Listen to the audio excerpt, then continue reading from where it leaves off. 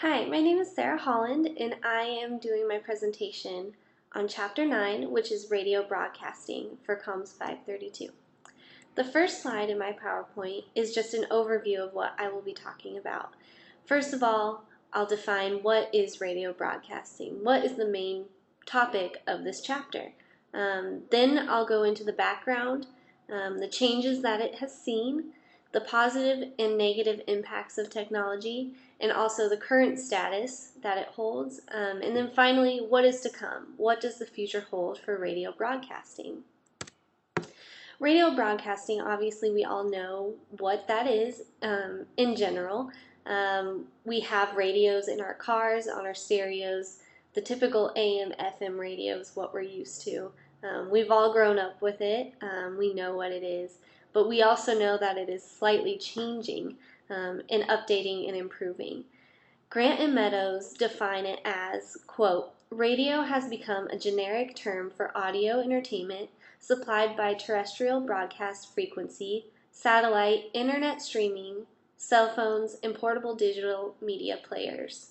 As you can see in here, there's two main categories of radio. There's the technology-focused radio, and then there's also over-the-air broadcasting radio.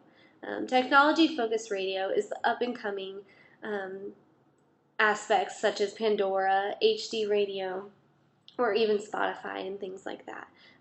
These are the more popular things that are kind of overtaking the over-the-air broadcasting radio. However, this chapter mainly focuses on the over-the-air broadcasting radio because that is the original heart behind all other forms of audio listening, and that's what we're going to focus on today. First things first, let's look at the background. Guglielmo Marconi is the most known inventor for radio. However, there were many inventors, many experimenters for radio, and that has to do with building on each other, building the different improvements piece by piece. However, Marconi is mainly known because he improved the early wireless equipment. And that is why he gets most of the credit, because that was the jump start to what radio has become today. In 1900 to 1910, experiments in radio were praised just as much as internet and technology improvements are today. It was the big thing, the big improvement, up and coming, everybody wanted it, and that was the first start to its popularity. The 1920s through the 1940s, radio had taken its fame by that point, and it was literally the only way that families and households could hear what was going on in the world, could listen to news about the war, about community events, anything. TV was not part of their lives at that point, and so radio was the biggest part. It came in a big box that was the main aspect of a living room, just as a TV is today, and families would gather around it just to listen to the radio. Edward Howard Armstrong is the next contributor to radio, and he is the one that invented regeneration, super heterodyne tuner, and frequency modulation technology, which is our FM radio today. He is the lasting contributor, the one that is most well known because of all of the different aspects that he created. And this is where radio started to take its turn, not only from just news, but music and what we know as radio today, which leads into the different types of AM and FM radio. AM radio modulates amplitude. That's what it's known for. The first station was broadcast in 1920, and AM radio was the main listening side of radio. FM was struggling, and it was not perfected until the 1950s. And even then, it still did not catch up to AM radio until 1978, and then therefore it bypassed it soon after.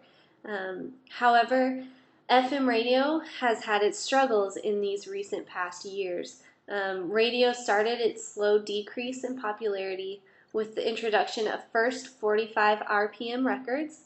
Those big black records, people started to have them in their homes instead of a radio. And then it moved into 8 tracks and cassette tapes, which even now you can see that there's those cassette tapes in old cars, which people used to listen to instead of the radio. Same with CDs, and then now portable digital media players. These are some of the aspects that you can even assume and guess were leading to the decrease in popularity. However, what does that look like on the technology side of things? Um, Changes within technology have improved and also hurt the radio media today. Let's start with some of the improvements. The Telecommunications Act of 1996 was a huge change for the radio world, especially in broadcasting. The Telecommunications Act of 1996 eliminated ownership limits. Basically, originally, stations could only broadcast to a certain amount of people, a certain radius. However, this act eliminated that, and therefore local stations could reach more listeners. Um, was this enough, though? Was this enough to save the slow decline in listeners? And unfortunately, Grant and Meadows say the personal audio medium concept suggests that local personality radio may not be relevant when listeners can access both mega talent personalities and local stars through satellite services, online, and with broadcasting and podcasts. Essentially, we can see where technology is starting to affect the outcome of radio broadcasting, even regardless of the increase in ownership limits. It was not necessarily enough to stop the popularity of these other technological accesses to audio. Let's look at the negative impacts of technology first, and then we will work on the positive impacts. Negative impacts of technology, obviously we can see it provides substitutes for radio through internet radio, digital audio files, and podcasts. These are things that we're very familiar with in this generation, and quite frankly, most millennials prefer them. We prefer the higher technology because it's more reliable, it's clear, and we can control it ourselves. 40% of Americans listen to music or audio on a digital device each week. 55% listen in the car but prefer an iPod or MP3 player. This is what I see throughout the chapter as the biggest downfall in radio. Cars are starting to input CD players. They started now inputting ways to access your iPod or even wirelessly. Most of radio listening happens in the car. As the status says, 55% listen in the car. However, they do prefer an iPod or something that they can physically control instead of the radio broadcasting. Internet options also provide, as I said, more control of music choices, which songs you want, but also the playback technique is much more popular now, where you can replay songs, you can fast forward songs. It also can be accessed as commercial free, whereas radio broadcasting is not as much anymore. Another negative impact of technology is the satellite radio or Sirius XM radio. This includes channels that can be subscribed to an individual's car. This took off because car dealerships are starting to promote satellite radio as Sirius XM, and more subscriptions are being made with the more cars that are being made. And therefore, FM radio is starting to decrease because this is the new and up and coming thing, especially in the new cars.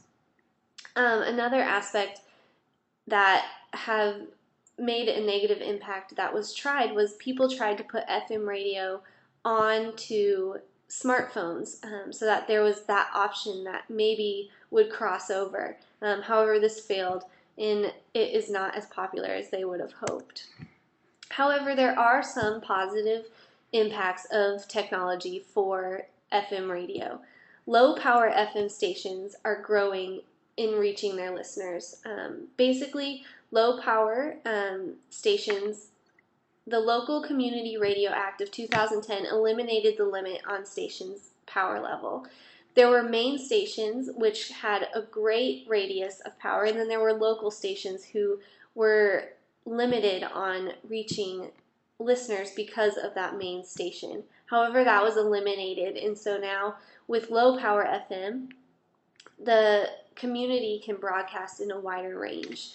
However, broadcasting is produced in analog, and that is not as fast or up and coming as the digital audio broadcasting. However, technology has added to that, adding digital audio broadcasting transmission modes within analog radio broadcasting. An example of this is the HD radio. It offers clear sound and digital information delivery, such as traffic, song tagging, etc. You can see that in cars when the song title is popped up on the stereo instead of just trying to guess. That's a positive for radio. Another, it uses in-band on-channel system, which is IBOC. And basically this allows analog and digital radio to coincide and to coexist together, and therefore it creates stronger, clear sound, but is also the original radio broadcasting.